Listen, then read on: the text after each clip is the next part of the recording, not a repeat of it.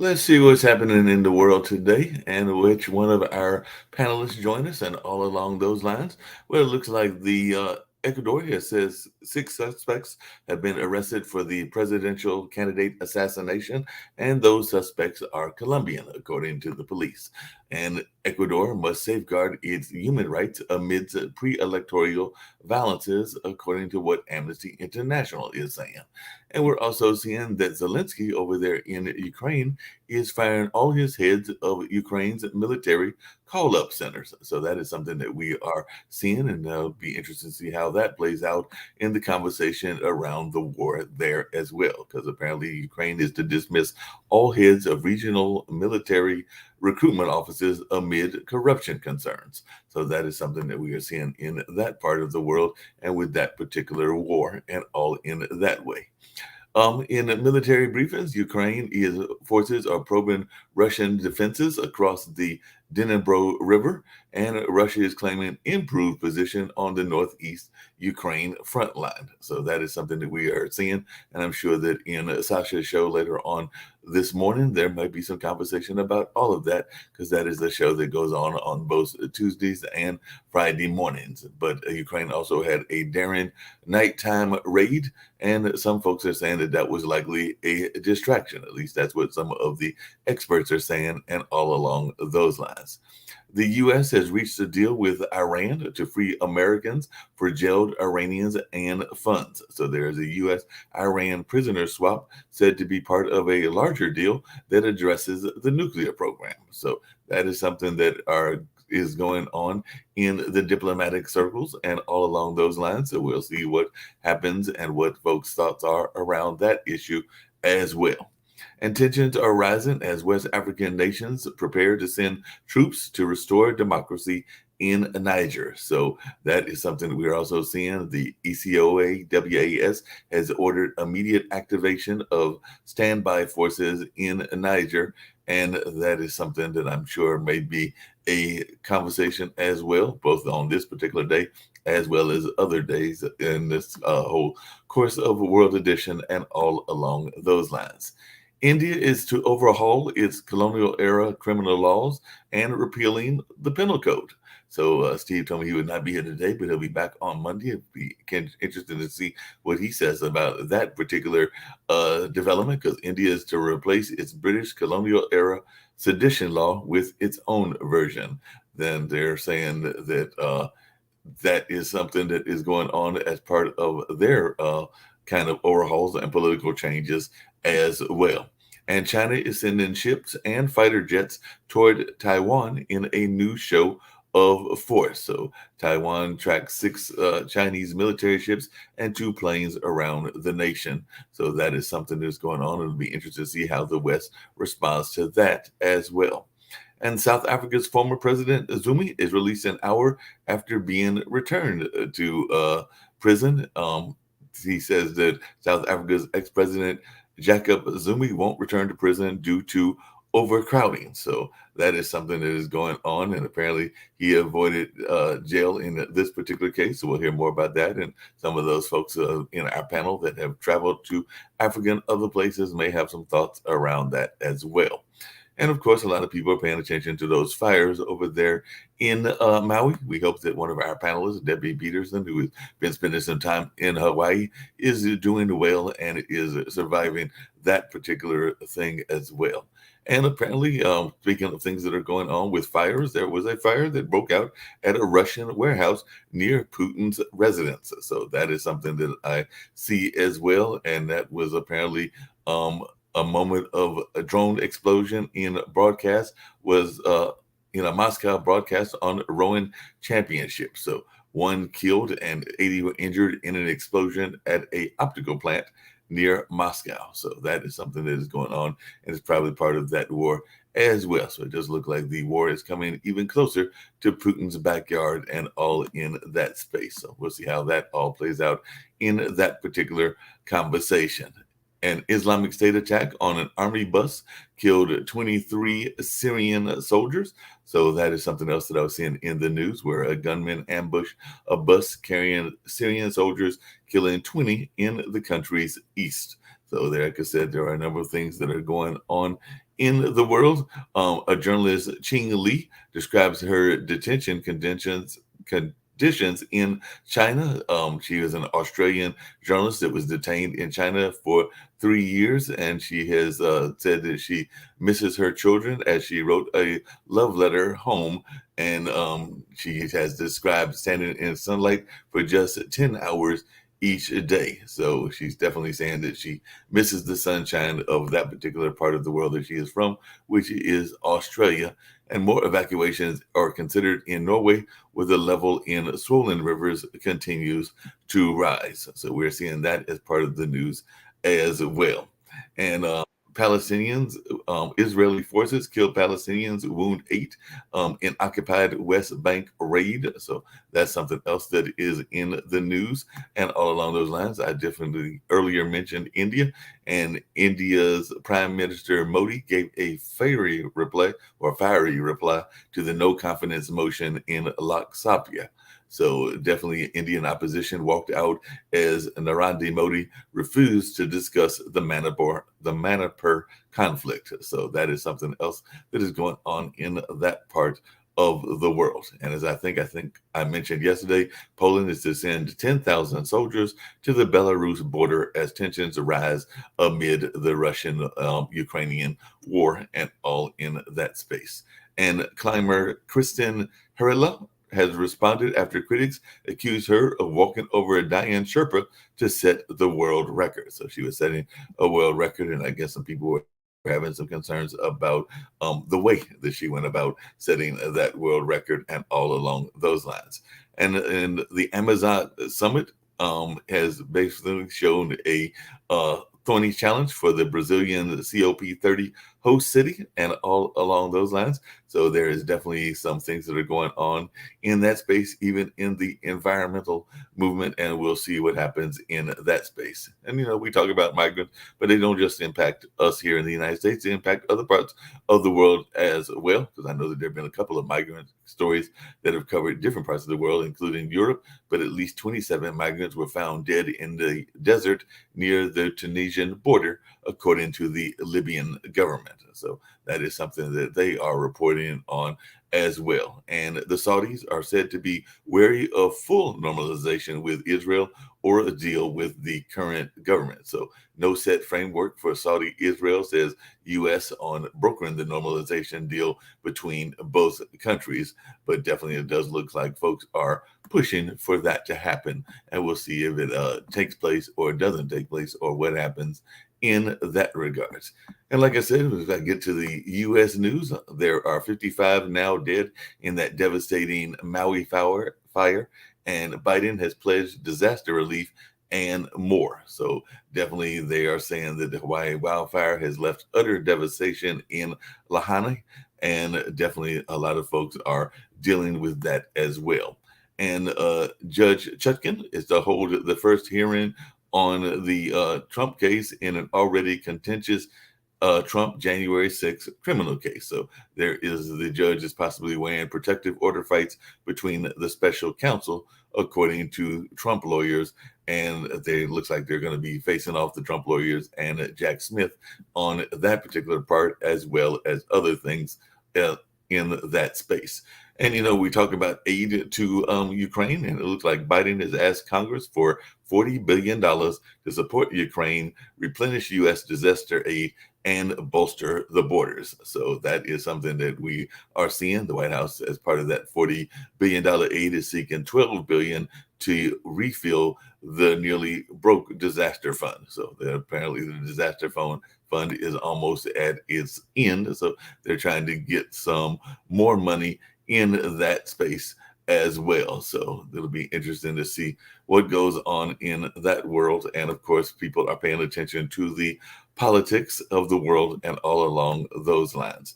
Police arrested a man accused of threatening a jury in the trial of the Pittsburgh synagogue gunman. A white supremacist was accused of threatening a jury and witness in the trial that was going on in that particular case, and Hardy Lloyd was the particular gentleman that was arrested. And Joe Manchin is going to skip a White House event as he considers his own 2024 bid against Biden. So he is saying that he is seriously considering becoming independent, and says the Washington Democratic brand is so bad. So he is seriously thinking about leaving the Democratic Party. I've heard some people floating him around as one of the candidates for no labels and things in that space. So it'll be interesting to see what goes on in that way. And speaking of national politics and money that is put out there, the Supreme Court has blocked a $6 billion opioid settlement that would have been out there, but the Supreme Court has blocked that particular settlement on this particular case. So we'll see if folks that are in the legal space have any thoughts about that.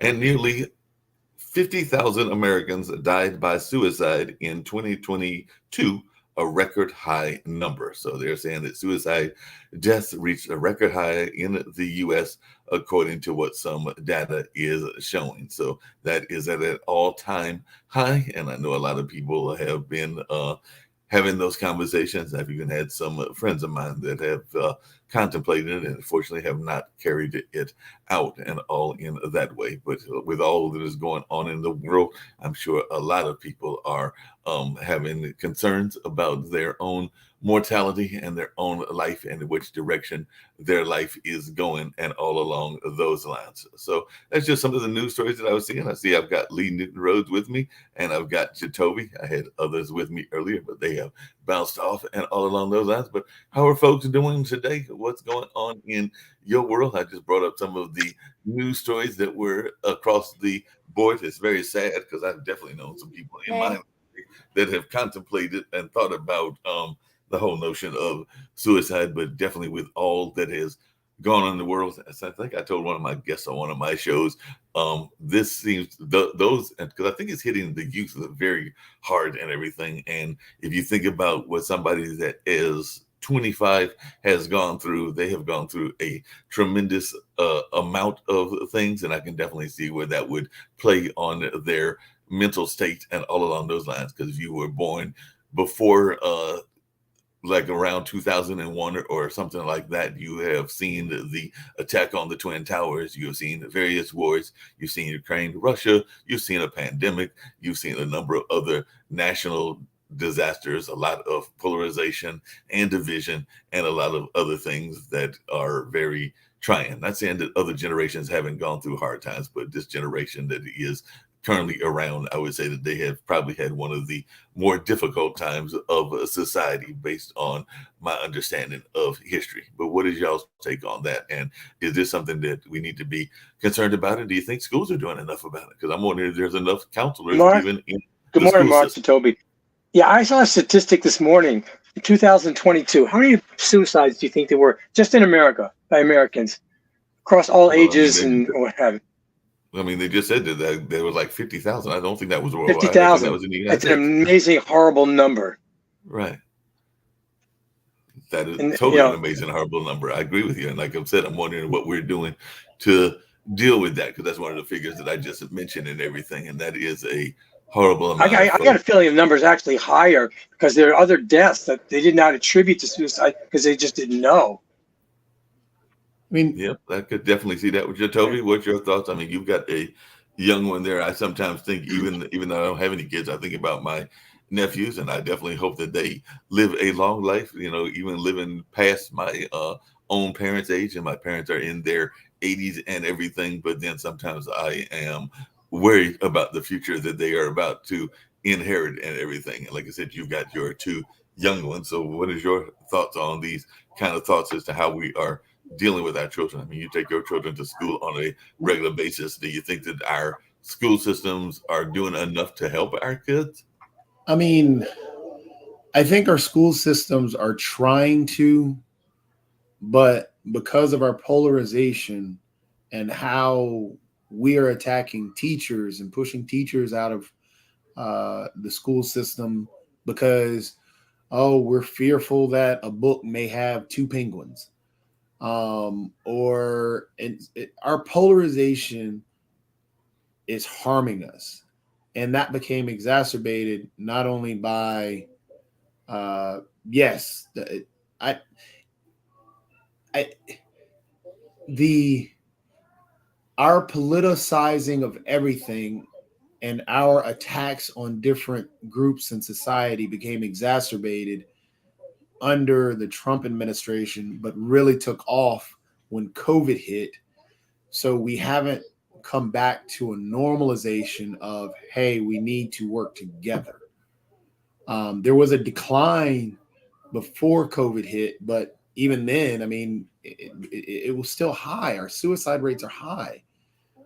We have different groups in our society that we're not acceptable, not accepting of, and understanding that our unacceptance of those groups have a detrimental effect on those groups within our society. I'm sorry, Jacoby, is that based on just your feelings or statistics? Because what you're saying is those groups that have been marginalized by society should have a higher incidence of suicide. And I'm not sure that that's true. The transgender community and the LGBTQIA community. The transgender community, I don't think it's fair to compare because they have a high incidence before or after. They have never surgeries. No, what I'm saying is they've never been accepted. So no, they've never been accepted more than they are now. Yet their rate is very high. But if you look at how we are treating them still, I get that. So, I'm on board with you. Yeah. So if we are saying, but that's not my point. Yeah. My point is nowadays, compared to 15, 20 years ago, they are so much more accepted now. But their rates of suicide, I think, are historically in line with those Jews during the Holocaust, which is abnormally high. But think about it this way, though, Lee. Are we truly accepting of them when we are wanting to jail them? We are not wanting to allow them medical treatment. Wait, let's do one at a time. In America, we're jailing transgenders. We're firing them. I'm not aware of that. Yeah, I mean, we're firing them from jobs. I'll take out the jail part. They're fired for just being transgendered or gay.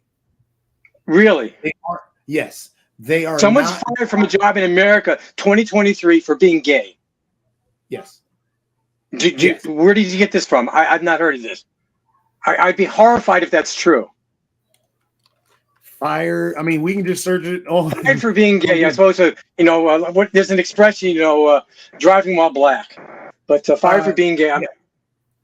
Update: teacher removed after students pledge allegiance to a pride flag, that's not fired for being gay. In all fairness, that's bringing your ideology into the classroom, which is totally different.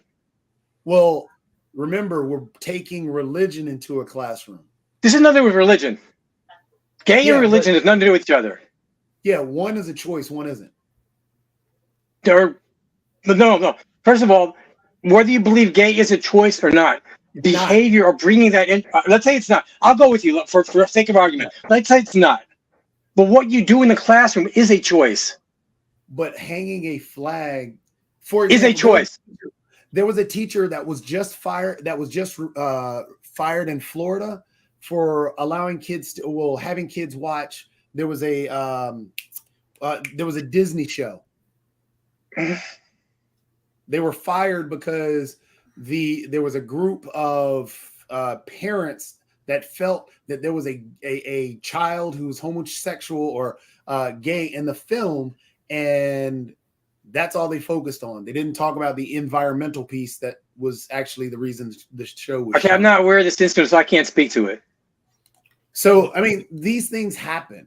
So hold on. Let me bring back up fire. Are you looking that up? And this is for you, Lee. Just out of curiosity, what is your Mark? Before you go on, I just want to. Some people that are upset by it. Some people that are not upset by it. But if we're going to, how much should churches play a role in activism? Because I do know that even here in Durham, North Carolina, there were a number of churches that during Pride Month literally had the pride flag as one of their symbols at the church. I did not hear any pushback against that here in Durham, but Durham is a fairly liberal town. I think that there might be other cities where churches do that, and there may be some pushback against that. I was just wondering from your own standpoint whether you think that that churches should be activists in the social justice field, or should they not be? Because like I said, all they did was put up a flag. There's a major church, I think it's the Methodist church, that's near one of the that was actually near the main bus stop that I go to and everything. The downtown. I mean, churches are pretty much, they're not government institutions, they're private institutions. Am I wrong? And therefore they can do whatever they want. As a church, when we use the word church, I'm saying the word church in place of mosque, temple, synagogue, what have you, in any place of worship. Okay, right. I'm using it generically, what have you. But haven't we historically looked towards the church for a place of morals, for a place of inspiration? So the church, for some, yes. So for others, there's nothing. Yeah, others look for other places to find morals. I mean, morals aren't just a church thing. Granted. Okay, so, got that. So, for example, I mean, the church. I believe the church is a great thing for some people to find inner peace within themselves. And that's what a lot of people need is just, well, I feel that a lot of people need is just to find something to hold on to keep them moving to the next day, to keep them moving on down the path and find moral support, what have you, companionship. Exactly. Okay. And so some people find that within church, which is why I think there are great parts about religion that are helpful and for individuals to find. But that's not where everybody finds that. So other people find it in science. Other people find it in, in nature, because we just had the individual. I had some professors in college who had tremendous impact on my life. Yeah. So I think when we say that morals is where we look to the church for morals, that isn't where everybody looks for morals. Got it. But when you think of a church or a house of worship, you think of them at least speaking to the issue, to the next generation. Otherwise, if they're not in the business of morals, what are they about? Again, for example, I'll even though I try to steer clear of doing this normally, I'll speak on my own behalf because I'm at a position where, my mother's a deacon.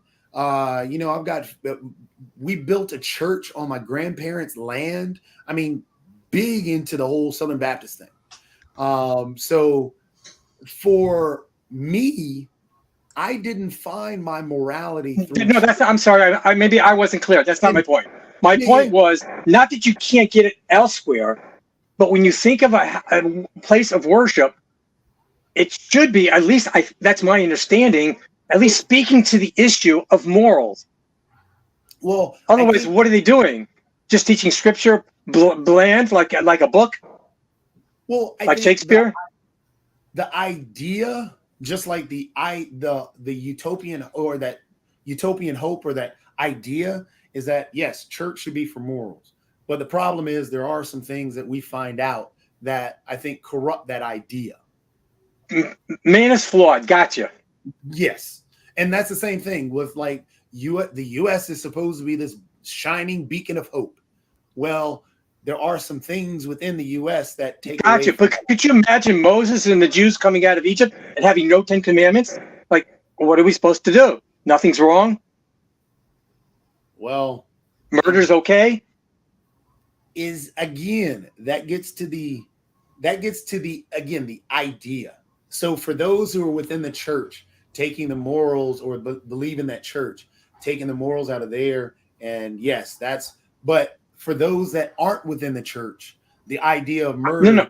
Okay, let's put them aside. But I don't know of any religion that doesn't speak to the issue of morals, and right and wrong. Well, maybe I'm not aware of that. But I don't. Again, yes, religion has a thing of morals, so do other places have the thing of morals. So Boy Scouts do a great job. I get that. Yeah, I don't want to pigeonhole it to just religion saying this because no, it's not just religion. Yeah, I was a Boy Scout when I was young. Yeah, that was extremely helpful also. Yeah. But hold on a second, back up. I have to ask a question because if I remember correctly, wait a second. And I'm not saying that. Look at Mark's face. I'm not saying that it's right or wrong, but isn't the Boy Scouts considered to be, in a lot of ways, a Christian organization? Because I thought that the Boy Scouts was based. And therefore, what? Huh? And therefore, what? No, I'm just saying, but you were using the Boy Scouts as an example of something that was outside of the Christian conversation. And I'm thinking, I thought the Boy Scouts were a Christian organization because I thought that's And part of maybe in what some they're. places where I grew up is non-denominational. I said that word correctly. Yeah, I understood what you were trying to utilize at that point, and take sports. I mean, you have the Little League that tries to teach character and class and Sports is amazing. It's high school especially, and I guess college, keeping kids, on the straight and narrow. Amazing. Some amazing coaches. Yeah, we actually had one of those yesterday on the online dinner party. It was a gentleman that was actually from the Christian standpoint, but he was using his own background as an athlete to bring folks into better thoughts around not just sports but around jobs and everything, because he was very realistic in what he was teaching them and everything. So he was teaching them about the fact that the percentage of those that make it is very low, and he definitely came from a Christian background. I can't remember which state off the top of my head he was in. It might have been one of the southern states. Shaquille actually brought up a interesting point and everything, and I was going to ask about this because he said under U.S. law, religious education is forbidden in public schools, and I think that is very much true, except from a neutral academic perspective. However, in a minority of communities, there is release time that's granted once a week to make religious education more convenient without violating the separation of church and state. And then in some cases, they even make it more of an open kind of time. So it's not just a Christian time, even though there are Christian schools and there are Muslim schools. There are a number of schools of different faiths, but they will have a designated time. It's kind of like for lack of a better term, a prayer time or a meditation time that folks are able to do that. And he also said that for a teacher or school administration to endorse one religion is considered an infringement of the establishment clause of the First Amendment. So he may have a valid point around that as well. Yeah, because you can't push one religion, because that's the First Amendment itself. You can't choose one. If you say Christians can pray, then you're saying in public school, then hey, well, what about Muslims? What about all the other religions that are out there? You can't establish one. So yeah, I mean, yeah, that's unless they're designated schools, because there are actually to get back to what we were talking about at the beginning about how the high suicide rate, and talking about how the LGBTQIA and transgender are all treated. Remember, there was a court case that just said that a woman who didn't even have a business could not create a website because it was against her religion, even though she's trying to service the public. So she's saying essentially that, essentially a person can deny a person who is gay or homosexual or transgender, they can deny them services. Just out of curiosity, and I'd be curious to know about from Sasha's standpoint, is this an issue that is also being seen in Canada as well? And if Shaquille wants to jump on, maybe Australia and other places, but what we're talking about is there was a report today on the CDC that the suicide rate is very high. I think it's like 50,000 here in the United States, but I'm wondering if it is as high in Canada or other places in the world, or is this a strictly Western United States problem, or are we seeing that is a rise around the world, including there in Canada? So have you heard any news reports or anything that talks about a rise in suicide being very high in the Canadian population in the various provinces that are there? No, I'm not aware of any high rate or low rate of suicide in Canada, or for that matter in any other country, and I don't think it's even worse to discuss, because I mean, if people want to commit suicide, they will go ahead and do it. Those people who don't want to commit suicide, they're not going to commit suicide. So what's there is to discuss?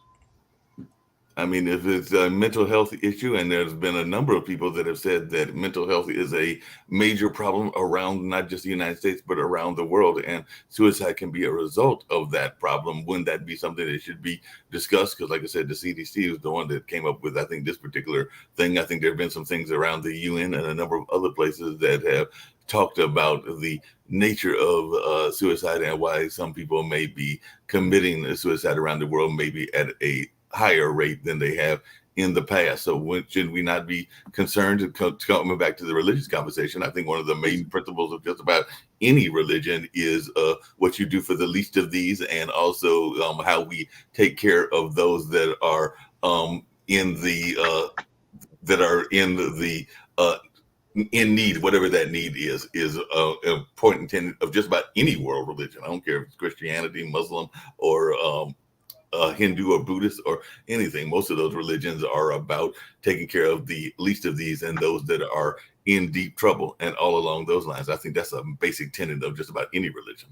Mark, one of the things before we continue, also, since this is a very sensitive subject, especially for some, and we want to make sure that we all, because for anybody that's watching, anybody that's listening, making sure that we do care for you. Yes. We do have, I mean, there are places available. There's the suicide hotline itself. There's 988. Yes. Mark, so if we can make sure that we put that up there, because we want to make sure that, again, this is a sensitive subject, and we want everybody to understand, even though we're debating topics and trying to understand ourselves, those root causes, and maybe even possibly reach out and, help somebody find help for themselves. Mark, if you could just I'll definitely make that. I know that number, so I'll definitely make that number come up and all along those lines, and definitely bring that to folks' attention and try to get that number up. But like you said, it is 988 here in the United States. I'm not sure what the global one is. If anybody knows the global one, definitely share that with me, and I'll make that aware as well, because I do know that there are different ones in different parts of the country and all along those lines. So definitely I would say that. So definitely I agree with you that it is a sensitive topic and one that we need to say that and everything. So definitely that is something that we'll do, and I'll definitely make that a part of it. Hey, Sasha, I did have a quick question for you, and we may come back to this conversation in a minute. But one of the things that I had also mentioned before you came on, and I know you may talk about it in the Ukrainian-Russian show and everything, is two things. One, it looks like the war came very close to Putin, because it looks like it came literally in his backyard and everything, because a attack was there, and apparently they said it was very near Putin's home. But on the flip side of that, there is some concern around Zelensky and around some of the corruption that's going on there, because apparently he is changing some of the military recruitment places, because he apparently is getting rid of all of the heads of those things because of the alleged corruption that is taking place in that part of what is going on. So I just wondered if you had heard anything more than what I said, and all in that space. Well, Ukraine, as being part of a former Soviet Union for so many years, obviously has elements of corruption in its system, from the very top to the very bottom, and so on. Now, in the last few years, it's trying to reflect on it and fix things, although it's not an easy task. And especially now, when it's waging such a ferocious war against the Russians. It will be fixed, I think, even anytime now. That's what they're trying to do, and shortly after the war, for sure. But what's more important, if we're talking about this subject, I would like to mention that there are enough useful idiots who are operating with Russian propaganda money, that they're spreading news that, Ukraine is not doing so well in their counteroffensive, probably it's going to be doomed, probably it's not going to happen, raising question if West should continue to support Ukraine, whether it's worthwhile, maybe it's about time to rethink the policy or so on. What I'd like to mention is that information is divided between the facts and informed and educated opinion and noise. So far, what I've described to you is the noise. Now, when all the knowledgeable professional people, this is, for example, how Pentagon assesses tactics of offensive of Ukrainian armed forces. They perform miracle, driving Russians into defense. By the way, here's the details are that if you're looking for opinions of professionals, there's a Brigadier General Patrick Ryder, a Pentagon spokesman, answering whether it was realistic to expect that the armed forces of Ukraine would be able to master the style of maneuver warfare in a short period of the exercises. The general said that he was not going to stand on the podium and guess the actions of the commander of the Ukrainian army on the front line. Let's take a step back and admit that this is not an ideal situation. No one in their right mind ever want Russia to invade Ukraine, but it did happen. He says the Ukrainians, despite everything, were able to push the Russians back to defensive positions, which is a miracle given the state of the Ukrainian army at the time of the Russian invasion. So what I'm trying to say is that this is not just a noise, it's an opinion of a general who provides his name, and he is a Pentagon spokesman. That's what is worthwhile to listen to and discuss, not the noise that CNN and some other papers and so on are creating. They're all acting as useful idiots for Mr. Putin. Just along those same lines, I was just wondering, are you satisfied? Because I mentioned earlier that there is more aid coming to Ukraine that was announced today as well, but it was tied into other aid also, because I think they tied it into some of the other aid that was needed, including the aid for humanitarian things here in the United States and around the world, because I think that they said some of those aid amounts are actually at the point of almost being broke, like some of the humanitarian aid and all along those lines. So just as one that is interested in Ukraine, do you think that the additional billions that are going are enough, even though that part of it is also going to be tied to humanitarian aid, not just in Ukraine, but around the world? Because I think that there was a whole separate amount of the humanitarian aid that is supposed to go to things like hurricane relief and other things right here in the United States. And they are saying that that is almost at a state of broke, even though I find that hard to believe, but hey, that's what they claim. Okay, Mark, I'll give you an example. For example, you have 5 fingers, right? You can poke with one and each finger and create some unpleasant feeling in your opponent's mind, right? But there is another way of using your 5 fingers. If you create a fist and you hit it with all your might with that fist, and the result will be entirely different from what I've just described when you're using just one finger at a time. So let's assume that, for example, all US and West NATO help to Ukraine, let's estimate it at, I don't know exact figure at this time, let's estimate it at $50 billion. It's an enormous amount of money. If you take all the weapons and everything under $50 billion and put it all together the same day or week, doesn't matter, to Ukraine, and Ukraine starts all of it. And I'm talking about the HIMARS, the ATACMS missiles, and F-16s, and just whatever. Ukraine would win this war in a matter of 1 week, maybe faster. Now, when you spread that because of the bureaucracy, because of the indecisions, because Biden cannot make his mind and all that stuff, then you get drops of pieces. Okay, here is a half billion here. Okay, here's another 200 million. Great. Okay, here is another 100 billion. Oh, then Germany will provide, say, $1.5 billion. Okay, then France will provide something. So it's all spread over the almost year and a half time. And you see the drops and pieces are coming here and there. In total, it sounds great, around $50 billion, maybe a little bit more, maybe a little bit less. But it's when it's spread over a year and a half, that means completely different. thing.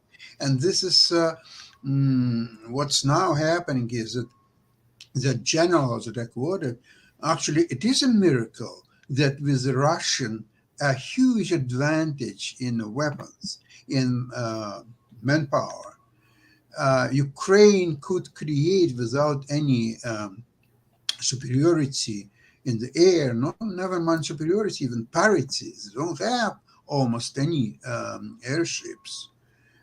They don't have warships as well, but they are inflicting a huge damage to Russian warfleet. So what Ukrainian soldiers are doing now, they're doing something that no Western army could do without aviation, without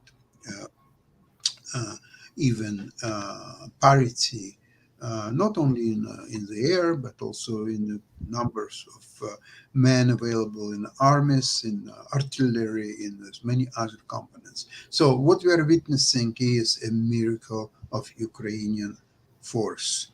What useful idiots are trying to say is, Ukraine probably got stuck, Russians are so strong, because look, so far it's very difficult to penetrate their defenses.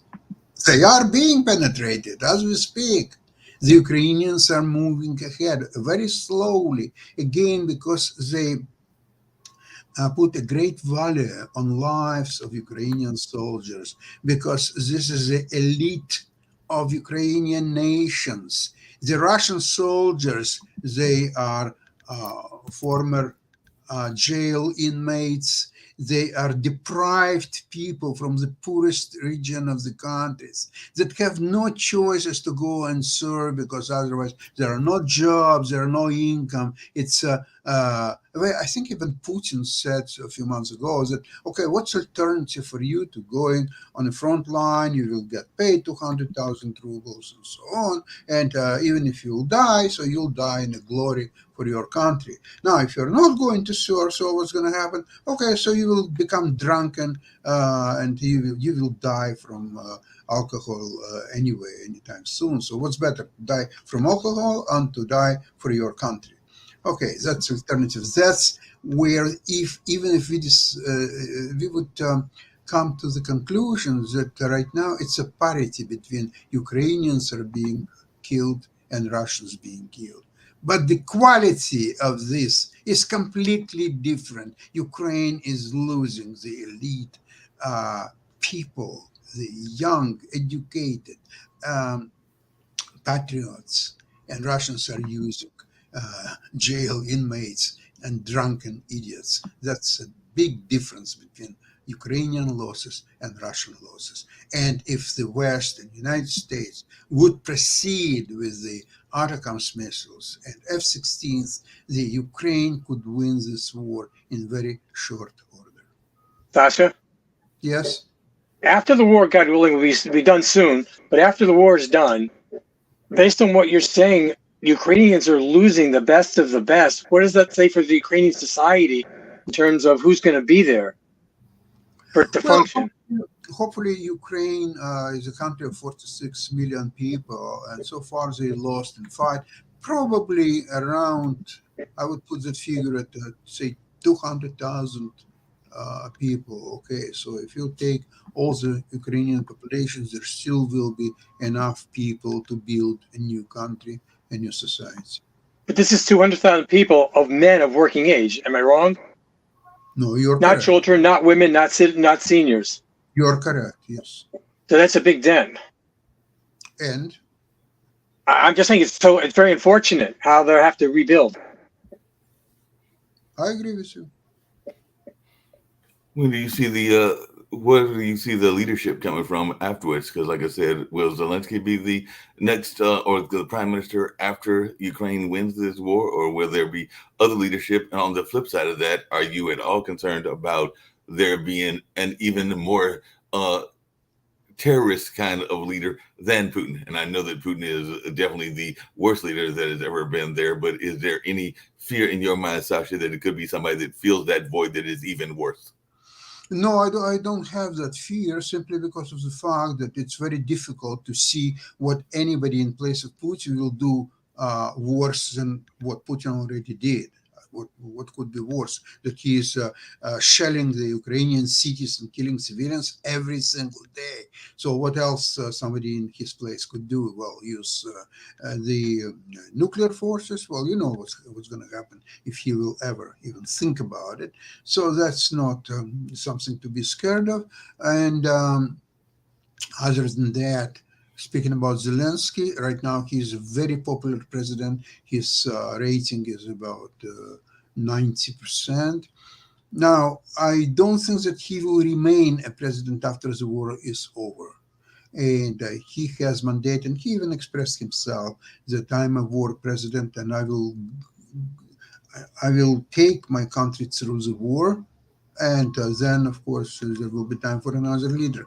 Now, I want to tell you something that Zelensky, he was elected by all Ukrainian people with the rating at that time 76%. And he had well over 30, if not 40, I don't remember correctly, other the nominations. And he won handily, 76%. Right now, at the wartime, his rating is between 80% and 98%. So he's still even more popular today than when he was elected. However, I think it's premature to discuss now the presidency of Ukraine, because during the wartime, obviously there will be no election. So Zelensky will remain, whether he wants it or not, a president for foreseeable future, at least until the war is over. Once the war is over, there will be a general election. And I don't think that Zelensky will even participate in the election. Be interesting to see. I know sometimes y'all tease me and give me a hard time for localizing things, but you will be glad to know, Sasha, that I was looking at one of my feeds that gives me things that are taking place in Durham, and not this weekend, but next weekend. For the entire weekend, there is a group of Ukrainian artists and other Ukrainian citizens here in Durham, North Carolina, that are literally doing a fundraiser for that particular country. So there are Ukrainian artists, Ukrainian citizens that are now calling Durham, North Carolina home, that will be doing an event here. And I'm hoping to bring some of those onto the show maybe next week or something like that. But it was a fantastic thing that they are doing here in this community and all along those lines. So it'll be, like I said, the Friday through Sunday of not this weekend, but the following weekend. And I'm hoping to bring some of them onto the show. I'll be reaching out to them and all along those lines. Efforts like that around the country. Excellent. That's a very good news, Mark. Yeah, just let you know that and everything, because I just saw that last night to be exact and everything. Lee, you brought up, and changing the topic back to what we were talking about earlier, you brought up this particular video, and I did want to show this video, and maybe people will have some thoughts around the video, but it was one that you shared and all around the conversation we were having earlier. Thanks, Mark. It's very short, and then it speaks to it, I think, in a powerful way. Okay. There was a forensic psychologist for the San Francisco Police Department, Jerome Motto. He did an interview in the New Yorker magazine, and he spoke about the fact that he used to do the forensic work when people would jump off the Golden Gate Bridge. Unfortunately, it was very common. And he would have to prove there's no foul play. How did he do that? He was a psychologist, but the person had already jumped. You can't interview them exactly at that point. He would have to retrace their steps and prove that they were, God forbid, in a frame of mind where they wanted to take their own life. So basically, that was his job. He used to go and look at people's history and their background to see what happened right before they jumped. So he said he got so used to this. He saw so many hundreds of jumpers that he became numb to it. He said there was one story that shook him and he could never shake it loose. He said one night they found a jumper and they found ID. They went back to the apartment where the guy lived. They found an address. They walk into the house. They found a note on the dresser. He said, I've seen that 100 times, a note on a dresser, nothing new. But then I read the note and it completely shook me to my core. It said, I'm walking to the bridge now. If one person stops me on the way and says hello, I'm turning around and coming home. Do not underestimate the fact that you can be that person for somebody else. You can be the one who cares. You can be the one who reaches out to somebody else. To the world, you may be one person, but to one person, you may be the world.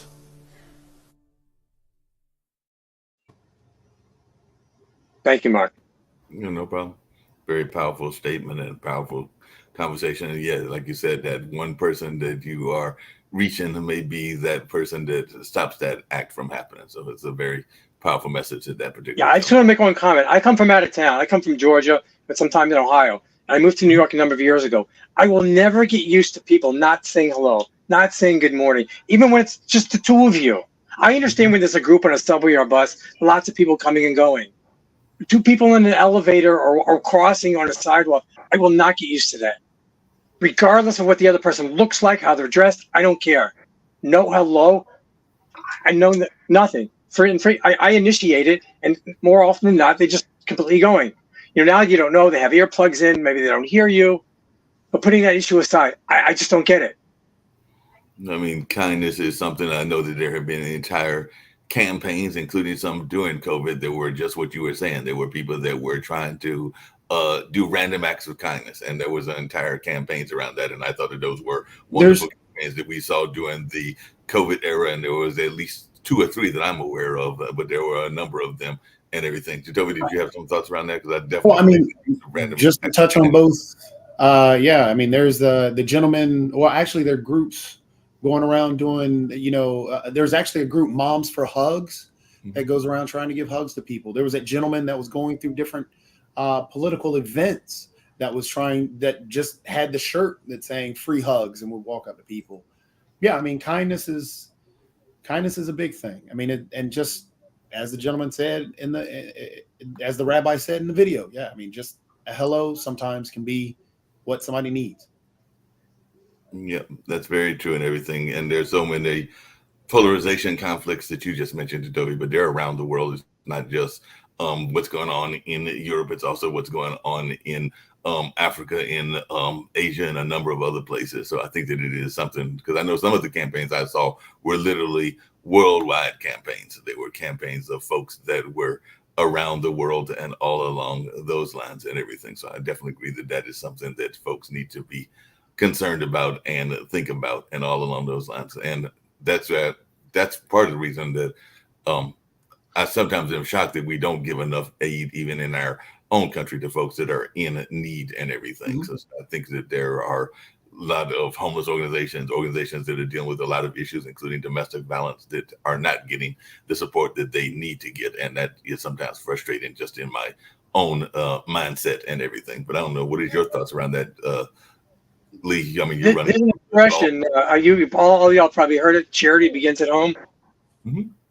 Well, and the tough part is, I mean, this is why, I mean, for example, just to say, Lee, earlier when we started talking about suicide and bringing in that community, this is why I bring, try and pull in the different communities and talk about, like, domestic violence. There's so many issues within that domestic violence area, and suicide's high there. Suicide by cop, that happens. And so, I mean, it's one of those tough issues that,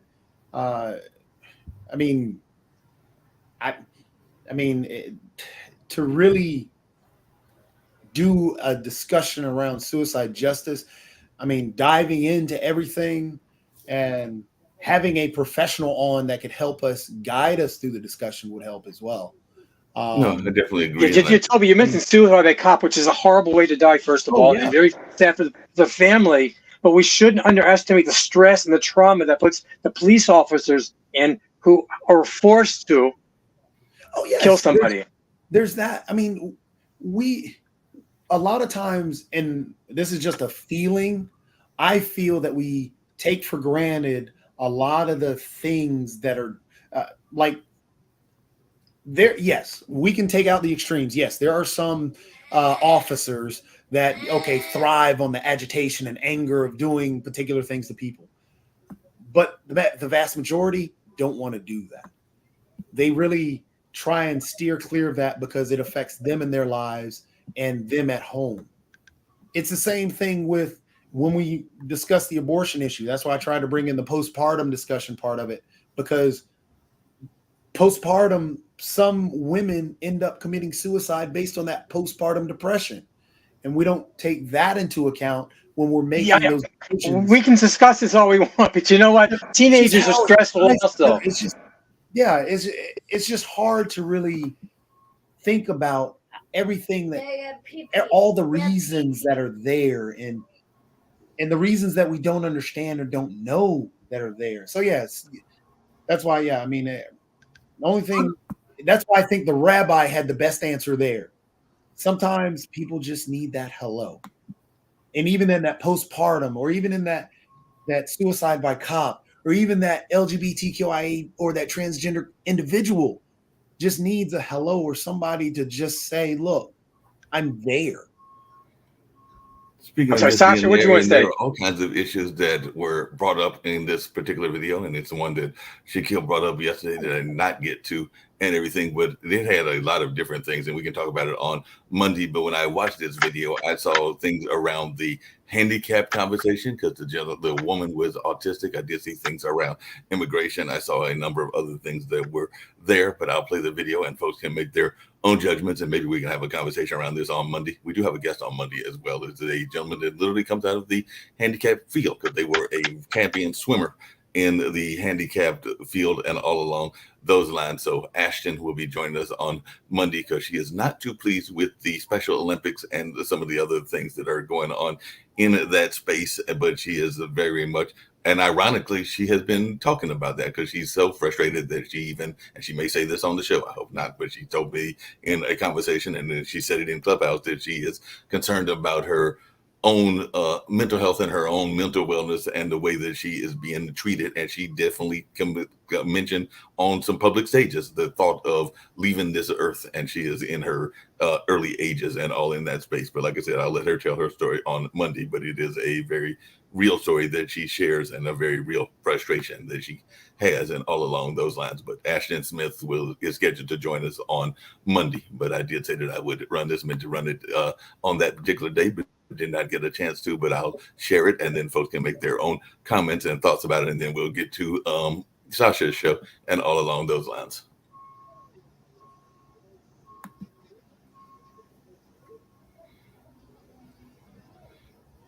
She's made a comment in her own house. She hasn't said anything to you. Don't matter. She doesn't matter. She's getting arrested. She's getting arrested. Why are you doing units coming? Don't worry. She hasn't done anything. She's autistic. I don't care. She's autistic and don't arrest her. I'm telling you, I've got units coming. She's going to be arrested tonight. I'll wait till the police officer's coming on. Like, you bitch up me if I get. That's why we got her in the first place. You fucking bitch up me if I get put on me. Calm down. She's autistic. Can you stop staring at her, please? She's got autism. Can you just stand there? She's in a cupboard. She can't go anywhere. She can't go anywhere. Stand there, dear. They're going to remove her for what? With your woman. Then she said the word lesbian. Her nana is a lesbian. She's married to a woman. She's not homophobic. Look what you're clenching your fist. Go away from my teenage daughter. What is up with you? There is something wrong with you, mate. She didn't aim it at the police officer. It's not homophobic remarks. It's not a homophobic remark. She said, I think she's a lesbian like Nana. If you want to bully people, you'll just get one of them badges there. That's what you do. Yeah, exactly. Where's this? Does it go to right number there? She's autistic. She don't like people touching her. She will have a meltdown. She won't come out. She's got autism. I'm Lisa. So she can come out. We're trying not to do this, aren't we? We've been trying for a long time. But she hasn't done nothing wrong. That officer out there has assaulted me for no reason. She's got autism. She's autistic, man. The issue is, if an officer decides to arrest her, she got arrested. No, they brought her up. She's under arrest. No, but she was going upstairs and she made a comment to me, and that officer ran in my house and assaulted me and tried to get to my daughter for now. If you want to make a complaint about any of it, that's fine. I am going. I am going. Yeah, because it is on, and she has. She was full of rage, and she ran in the house and she barged me into this corner. Oh, so fairy.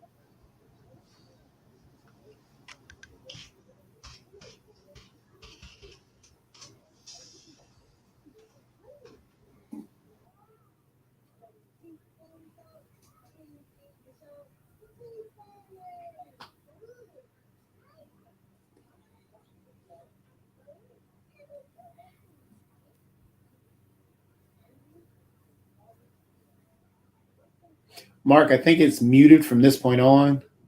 Yeah, I think it is and everything, but it raised several questions. I know that there were some things that were asked and all along those lines, and folks wanting to know, because one question I had is why it took that many officers to respond to a domestic violence case. But I've had friends of mine that are police officers that have said that when they respond, they oftentimes respond with multiple people. And I know even here we had a case where somebody was, there was a disturbing case and they came in mass and everything. So I think more police are responding in mass to a lot of incidences and all in that space. And I've always been in favor of now both the police come in, but social workers come in as well. And I didn't see any social workers in that particular case, but that's some of the things that were crossing my mind as I was watching that. And definitely the whole thing, because I have friends and folks that are in that autistic space as well. So that was something else that I would be wondering about as well.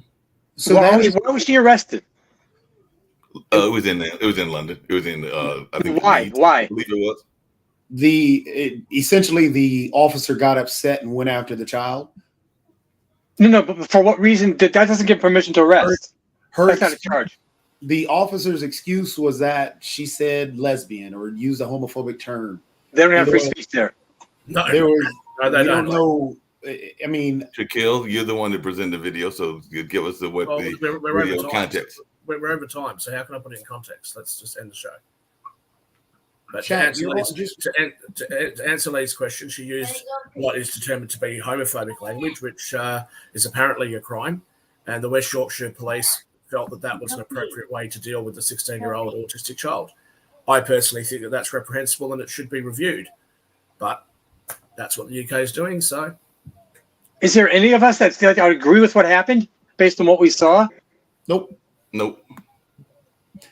But that's the sad thing is that with individuals with special needs, because there was a guy who, and not to take it away from even that topic, because that even adds on top of it, dealing with special needs. Right. There was a gentleman who was a therapist for the special needs individual that was in the street, and the therapist ended up getting shot protecting the individual that was in the street, and he was an unarmed black guy who was protecting this thing. Not to bring in race into it, trying not to do that, but just pointing out that these situations dealing with special needs and police officers are a problem, a major. There's no protocol. You're asking the. And getting back to how we talked about earlier, how the officers truly don't want to harm somebody because it weighs heavily on them. But we're placing so many things for officers to do, to be therapists in domestic violence cases, to be, therapists dealing with children with special needs, to do all these particular things and keep themselves in check, even though they don't understand what's going on. So the officers were completely out of line, and I completely agree it should be reviewed. In all honesty, those officers should go to some type of class to understand special needs individuals. But even more so, and this is why I hate to do this because it's going to cloud the subject, but I'm trying not to. But this is why one of the movements here got so confusing, because it's actually what they were asking for. They were asking for cops not to be all these individuals handling all these things, but to actually pay for other individuals who understand these situations. Like the police officers have had access to other services they can summons. But when they not to take them to these crimes and stuff, they have access, but they don't take them there. So if there's a person people that talked about that. Yeah, there's a person wielding a knife who has special needs and it's out in the community, you're sending cops, and it should be a person, a social worker, who should be able to help out those police and talk to those individuals and help those individuals. But you're putting those social workers in harm's way frequently. that's the tough thing. There's got to be some way to get, like in that case that we just witnessed, it shouldn't have been those cops there in mass to discuss or handle there. If that individual happened and the cops were afraid, okay, bring somebody professional in to actually talk with that young lady and then leave. She should. That's the part I have trouble with. They didn't call a supervisor to say, you know what, we have a special situation here. Give us some guidance. And that's the normal protocol, evidently. As what Shaq is pointing out, this is the crime. They have to go. That's what the UK is doing. Well, there should be some protocol that should be thrown in. As a side note, though, I think we should appreciate what we have in America, the First Amendment, that you can say what you want and you should not be arrested for it. Yeah, but even in America, we got to understand that we got to appreciate it, but we have to understand we still have problems. Because, for example, there are individuals, like, as we stated earlier, man still has flaws. We have to put in these protocols because even that man who is a police officer has emotions. 100%. They're human. Even that man who has those emotions sometimes will get upset. And that man or that woman or that police officer who has those emotions that gets upset when they make that mistake, and that ends up in death. That First Amendment, yeah, we can be appreciated, but that doesn't help the individual who's now dead. No, I understand that, but that's the onus is on the police officer not to respond like that. Yeah, so it's like on the street. Yeah, we can appreciate it, but we still have to understand we have a long way to go and put in these protocols to help people, because in that situation, many police officers don't know how to deal with a special needs individual, and dealing in and again, I don't like bringing in my situations with, in discussion with things like that. But for my situation, dealing in event spaces, a lot of event spaces are now putting in protocols to deal with and understand individuals' special needs, because those with special needs still want to come to, basketball games, concerts. But if somebody has an episode, those at those concerts, those at those sporting events need to understand that this is an episode, and we have to be able to discuss and talk with or help out that parent that and give them the help that they need. Yeah. So we're putting in those processes, and those within the law enforcement also need higher who have higher a higher bar that they have to meet than us in the event space need a higher bar to meet in that dealing with the community. So we got to figure out processes to help those in those special needs areas, and even suicide and so on and so forth. We can't throw everything on a police officer and then say, hey, police officer, you have to be perfect. Yep, and we'll have a conversation around that because, like I said, Ashton comes out of that special needs community. She is actually a Special Olympics champion, so she'll be joining us on Monday, and we'll continue part of that conversation at that time. But right now, it's time for us to get on out of here, and we'll have some further conversations on next week and everything. But Lee, hope you have a great weekend. Same with you. You too, Mark and Toby. Y'all have a good weekend. Saturday, because I think my alma mater may be coming to the game on Saturday, so I may be seeing you in person and all along those lines. So I got to see if I'm going to make that trip or not. But right now, it is on the schedule for tomorrow evening and all along those lines. But on that note, we're going to get on out of here.